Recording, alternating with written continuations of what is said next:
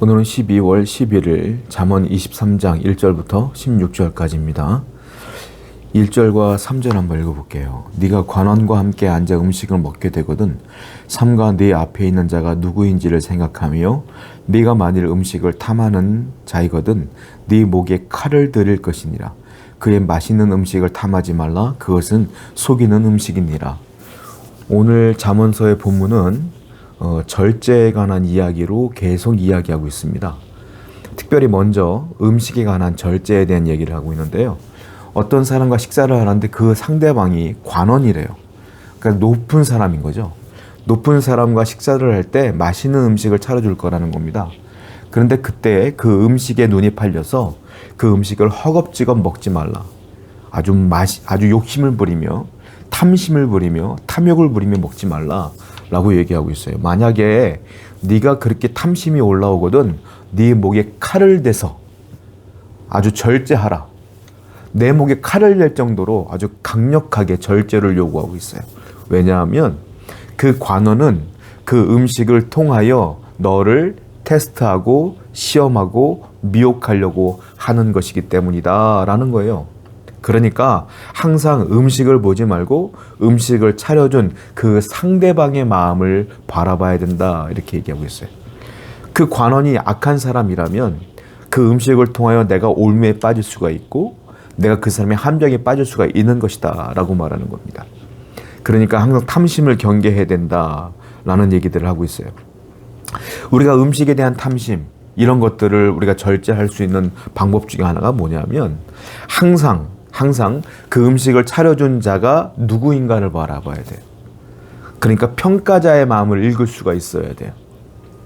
여러분 안에 여러분이 욕심을 부릴 만한 어떤 사건들이 벌어진다면 여러분들이 그걸 덥석 집어먹는 것이 아니라 과연 이것이 어떤 의도로 내게 펼쳐져 있는가를 살펴볼 수 있는 절제가 필요하다라고 하나님께서는 말씀하고 있는 것이죠. 4절부터 5절입니다. 부자 되게 애쓰지 말고 네 사사로운 지혜를 버릴지어다. 네가 어찌 허무한 것에 주목하겠느냐.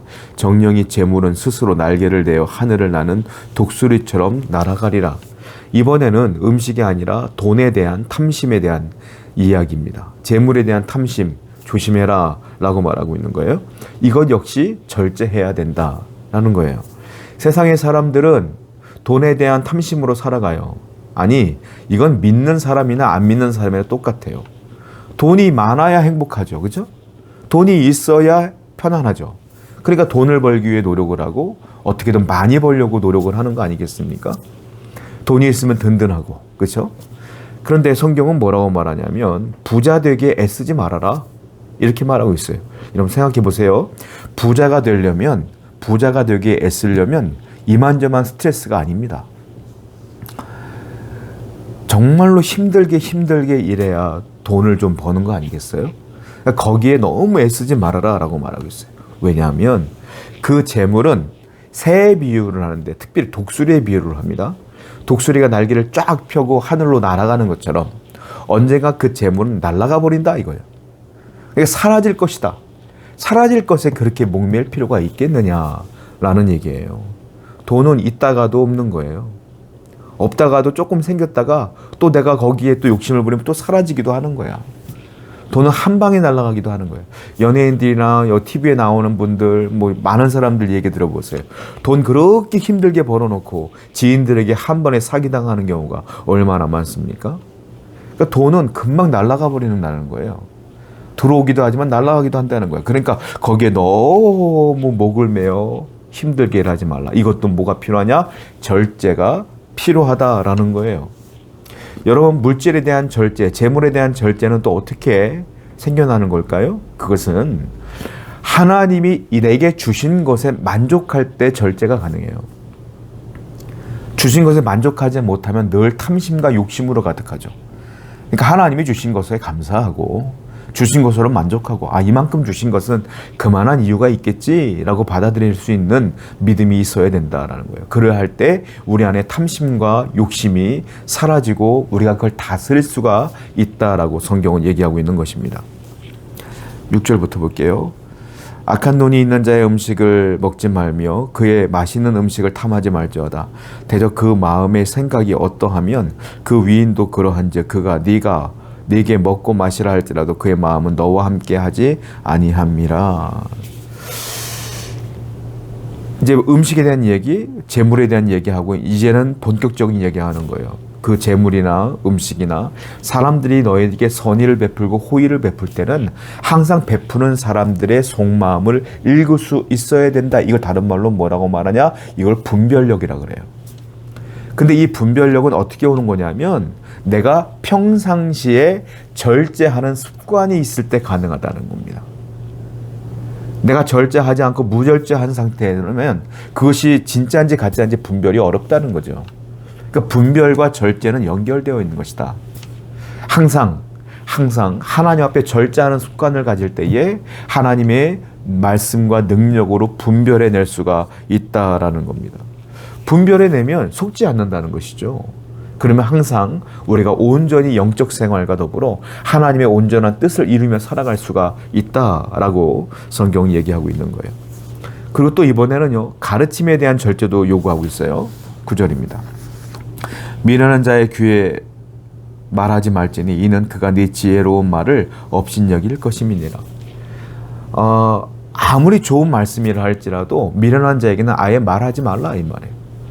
그냥 그 미련한 자에게 말해서 그들을 설득하여 변화시키려고 하지 말아라 이거예요. 왜냐하면 미련한 사람들은 내가 아무리 좋은 말을 한다 할지라도 그 말을 듣고 그냥 고지고대로 받아들이지 않는다. 곡해하거나 오해하거나 자기 뜻대로 해석하거나 업신여긴다. 그러니까 아예 말하지 말어 이 말이에요.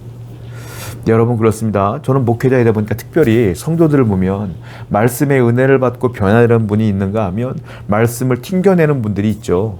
보여요 그게. 말씀을 듣고 그냥 뒤로 흘려보내고 내 맘대로 사는 분들도 보여요. 그럴 때 목회자의 욕심이 생겨. 뭡니까? 그 사람을 앉혀놓고 하나님 말씀을 잘 가르치고 싶고 하나님의 뜻은 이겁니다라고 말하고 싶을 때가 한두 번이 아니겠지만 성경은 뭐라고 말하냐면 그렇게 하지 말라 이 말이에요.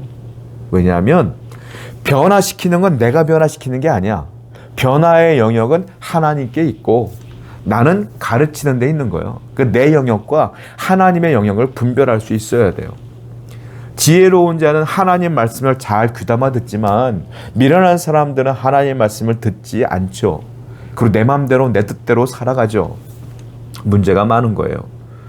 그건 어쩔 수 없어요. 그러니까 하나님께 맡기는 수밖에 없다는 거예요. 여러분의 직장 생활하거나 사업을 하든 여러분 가정이든 뭘 하든 간에 항상 우리가 마음에 안 드는 부분들이 있을 거 아니야. 사람들을 만날 때마다. 어떻게 마음에 다 들겠어요. 근데 상대방의 입장에서 볼 때 그 사람도 내가 마음에 안 들 수가 있는 거죠. 어떻게 나는 완전할 수 있겠어요. 이걸 이해할 수 있어야 돼. 그러면 그 사람을 앉혀놓고 내가 잔소리를 막 한다고 해서 변화되는 게 아니잖아요. 그냥 할 말만 하고 나머지는 하나님께 맡기는 것, 그게 절제다라고 말하는 거예요. 성도 여러분, 성도라면 절제가 습관화돼야 돼요. 음식에도 절제, 물질에도 절제, 가르침에도 절제. 이 절제는 분별력과 연결되어지고 하나님께 맡기는 믿음과도 연결되기 때문에 그래요. 오늘도 여러분들에게 호의를 베푼다고 다 좋은 사람이라고 평가하지 마십시오. 그 사람의 의도를 판결할 수 있는 하나님의 지혜를 구하는 성도가 되시길 바라요. 그리고 항상 매사에 절제와 분별이 생활화되어 있는 여러분 되기를 축복합니다. 기도하겠어요? 하나님 아버지, 믿음 생활이라는 것은 하나님을 의지하며 이 모든 것들을 말씀을 기준으로 분별해내는 것입니다. 절제하며 분별하며 믿음으로 선한 싸움을 살아가는 성도 되게 해 주시옵소서.